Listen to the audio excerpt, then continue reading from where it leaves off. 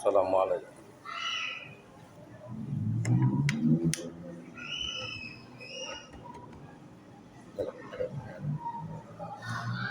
Assalamualaikum warahmatullahi wabarakatuh.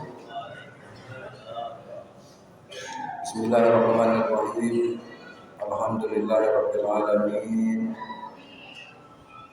Hadana wa sallallahu alaihi wa sallam. Asyhadu an la ilaha illallah wa asyhadu anna Muhammadan rasulullah. Para bapak, para ibu, dan saudara-saudari jamaah salat Isya insyaallah terhadap rahimahullah. Tanpa terasa bagi kita telah melaksanakan 14 hari puasa kita. Kita mengharapkan kepada Allah Subhanahu wa taala puasa yang kita lakukan dan seluruh kegiatan ibadah di dalamnya kira-kira dapat diterima oleh Allah Subhanahu wa taala. Dan Allah Subhanahu wa taala memberikan kepada kita semua kesehatan lahir dan batin, rezeki yang berlimpah sehingga bisa melaksanakan puasa selanjutnya dengan baik dan sempurna. Insyaallah sampai ke finish merayakan Idul Fitri dan merayakan hari kemenangan. Amin. Allahumma amin. Salawat dan salam terjadinya tersampaikan kepada Habibullah kekasih Allah Muhammad sallallahu alaihi wasallam, sallallahu alaihi wasallam.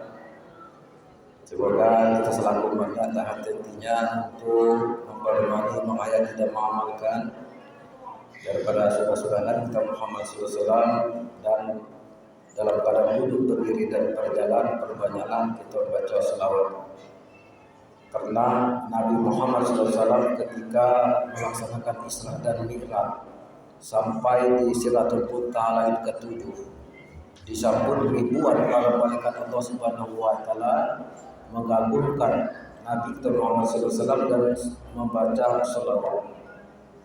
Jadi ribuan para malaikat itu ada seorang malaikat yang hidup baca selawat pada Nabi Muhammad sallallahu alaihi wasallam. Oleh Allah Subhanahu wa taala ditegur dan dipatahkan salah satu sayapnya. Lalu diasingkanlah malaikat itu di belakang gunung Gab. Oleh malaikat Jibril, ya Allah, saya ingin mendatangi malaikat itu. Dan Allah menyampaikan kiranya malaikat yang diasingkan itu membaca selawat. Dan didatangi oleh Jibril, lalu malaikat itu baca selawat dan disempurnakan lagi sayapnya. Artinya apa? Jangankan malaikat yang terus baca selawat, apalagi kita yang awam ini, maka perbanyaklah kita baca selawat dalam aktivitas kita sehari-hari. Para bapak dan ibu sekalian, jamaah salat Isya insyaallah tarawih dan witir rahimakumullah. Di dalam bulan suci Ramadan ini ada satu malam yang sangat diistimewakan oleh Allah Subhanahu wa taala dan merupakan berita gembira bagi kita selaku hamba Allah, yakni turunnya Al-Qur'an. Syahrul Ramadan allazi unzila fihil Qur'an hudal linnas wa bayyinatin minal huda wal furqan.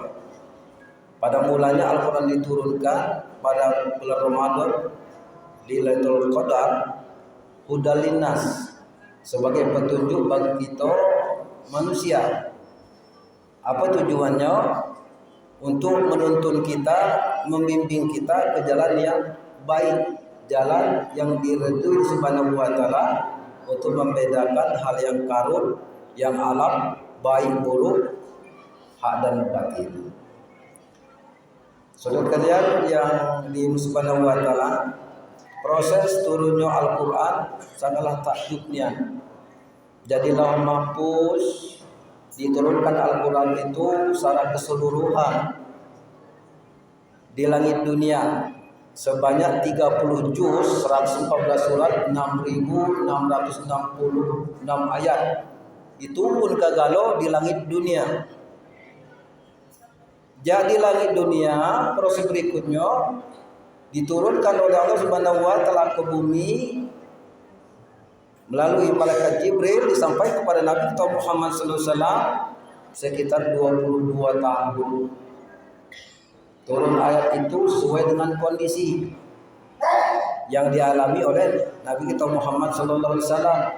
Sebagai contoh, aktivitas orang Arab itu adalah berdagang, sibuk dengan dagang. Turunlah ayat Jumat ayat 9, ya ayyuhallazina amanu sallu li salat yaumil jum'ah fas'au ila dzikrillah wa sabbil baik dzalikum khairul lakum in kuntum ta'lamun. Wahai orang yang beriman, kata Allah, apabila kamu mendengar azan mengumandang di hari Jumat, tinggalkan jual beli. Yang pertanian gadu kuda, yang di sawah istirahat kuda, abdi negara itu pun datangi Jumat itu karena itu yang baik bagi kamu apabila kamu mengetahui. Begitu juga ayat-ayat berikutnya terus menerus. Ya, diturunkan kepada Nabi kita Muhammad SAW, dan surat yang pertama adalah surat Al-Alaq. Bapak Ibu yang saya hormati yang Subhanahu wa taala, apa sikap kita kepada Al-Qur'an? Yang pertama, sebagai iman kita kepada Allah Subhanahu wa taala, percaya pada kitab-kitab Allah, salah satu Al-Qur'an. Ini esensi orang yang beriman. Innamal mu'minuna allazina idza dzukirillahi wajilat qulubuhum wa idza tuliyat alaihim ayatu sadadu iman wa la rabbihim yatawakkalun. Sesungguhnya orang yang beriman itu, kata Allah, apabila didengarkan ayat-ayat Allah dengannya, maka bergetar hatinya, selalu akan dekat kepada Allah Subhanahu wa taala, dan dalam kehidupannya sehari-hari, lemah, mada, susah, senang, suka, duka, selalu bertawakal kepada Allah Subhanahu wa taala. Sikap kita yang pertama, membacanya setiap hari. Dia dah baca 5 ayat sahih. Yang kedua, apabila orang membaca maka kita dengarkan. Wa isa quri'a al-Qur'an fastami'u lahu wa anditu lalakum turhamun. Dan apabila kamu mendengar orang yang membaca Al-Qur'an, dengarkan. Simak supaya kamu mendapat manfaatnya. Kadang-kadang kita Bapak Ibu sekalian ribut. Jemu yang baca Al-Quran ribut pula, membaca pula di belakang rami, akhirnya tidak dapat manfaat. Jadi kalau orang ada yang baca Al-Quran, kita dengarkan. Salah benar itu urusan Allah Subhanahu wa taala. Kemudian yang ketiga, senantiasa kita mentadaburi, ya. Kita mengamalkan dalam kehidupan kita sehari-hari. Karena Al-Quran ini Bapak Ibu sekalian akan memberikan syafaat pertolongan penyelamatan Allah di yaumil akhir. Jadi yang memberikan syafaat itu bukan hanya Nabi kita Muhammad SAW saja, bukan. Bukan orang yang meninggal di bawah balik, bukan. Bukan bapaknya yang mengakikahkan anaknya, anak yang diakikah itu akan memberikan syafaat kepada orang tuanya. Termasuk Al-Quran pun akan memberikan syafaat pertolongan kepada orang yang senantiasa membacanya. Maka di bulan puasa ini mari kita sama-sama untuk menjadikan imam, menjadikan panglima Al-Quran ini dalam kehidupan kita sehari-hari. Insya Allah kita akan mendapatkan ketenangan batin, ya, dan mendapatkan nilai pahala yang sangat besar dari Allah Subhanahu wa taala. Ini saja, mudah-mudahan ada manfaatnya. Ujung saya menyampaikan umumnya kepada kita sekalian. Nasrullah wa fathul qarib. Assalamualaikum warahmatullahi wabarakatuh.